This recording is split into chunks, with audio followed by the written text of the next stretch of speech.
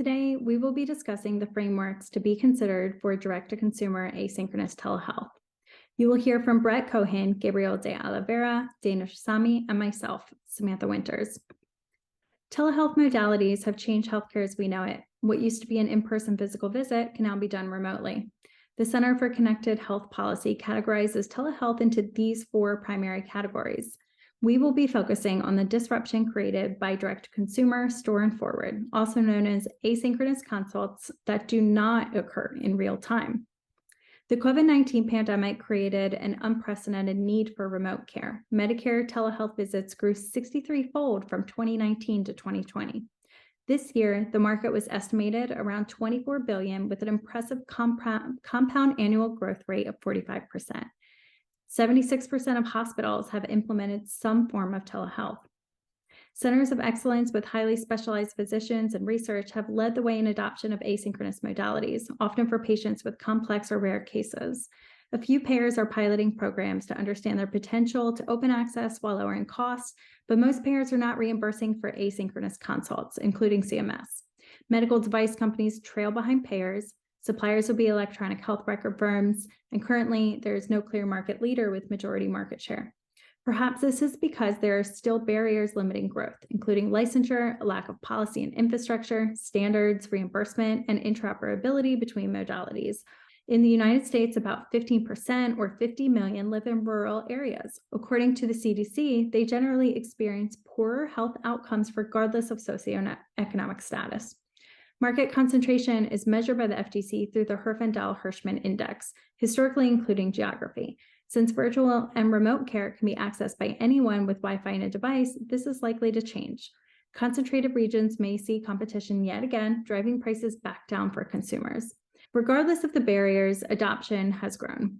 Benefits for asynchronous include that a written consult is less exposed to malpractice risk. Physicians like the flexibility, answering inquiries when convenient, improving workflow and patient throughput. Patients can self-serve. They save money by not traveling or taking off work. They don't expose their health during travel. For continuity of care, they may include their local care team. Being directly in touch with the experts in their case, utilization of the middle appointments and middle physicians can be bypassed, reducing demand for some primary care. If patients can reach diagnosis and treatment faster, clinical outcomes can improve. In a nutshell, the takeaway is improved access to specialty care for millions. While much of this disruption can be seen as positive, it's not guaranteed to unfold this way. For example, lesser legal liability or less accountability creates an environment that is more tolerant of neglect and oversight, negatively impacting patient outcomes. The ability to reach new patients online may encourage health systems to emphasize their more profitable specialties over others, leaving patients with less access to those areas of need. Without controls from payers, patients may over-access specialty care when it's not really necessary, negatively impacting costs and throughput. Finally, formalized industry standards on when a patient should be seen in person versus synchronous, asynchronous, and so on do not yet exist. The disruption that we are discussing naturally aligns with the concept of conducting business with unwavering humanity. With the store and forward approach in particular, patients have greater control over their healthcare than ever, as they are able to directly access specialists for their opinions. Separately, prior to this disruption, the burden has always fallen on the patient to physically come to a hospital or a clinic to receive healthcare.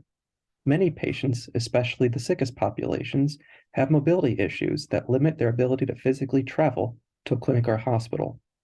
There are significant indirect costs related to travel, childcare, or elder care. Separate, in healthcare deserts such as rural and underserved areas, there may be no reasonable options to access specialty care.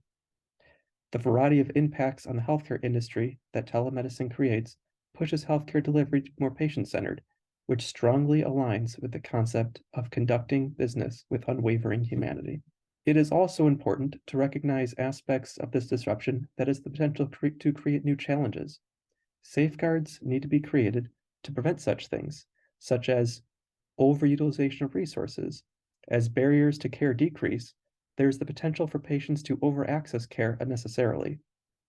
There's the potential for reduced quality of care due to scale, as providers need to see more patients, or errors that could have been caught during an in-person physical exam. We need to ensure against an overemphasis towards profit, and particularly leveraging this telemedicine initiative towards higher reimbursing visits or stretching the limitations of safety.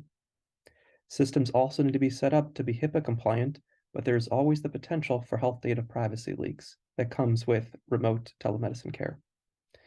And lastly, there's the potential for reduced care continuity if patients doctor shop or always go for the first available appointment rather than seeing the same provider to continue their care. Let's talk about the analysis with economic frameworks.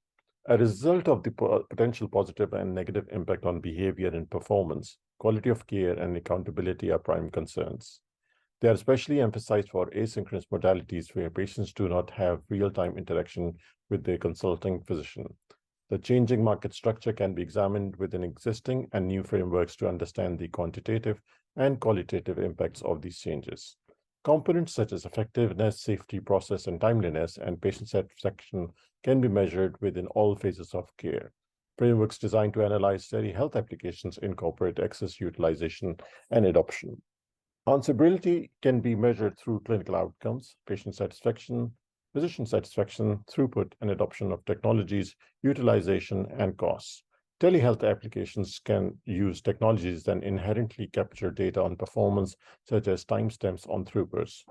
Qualitative feedback on performance, such as patient and physician satisfaction, would need to be collected through surveys.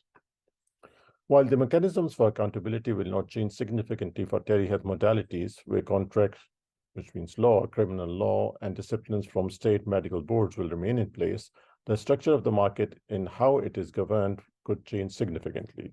The current lack of uniformity in cross-state licensure has complicated accountability, confusing the extent to which these modalities can be legally used, opening an environment without legal precedents.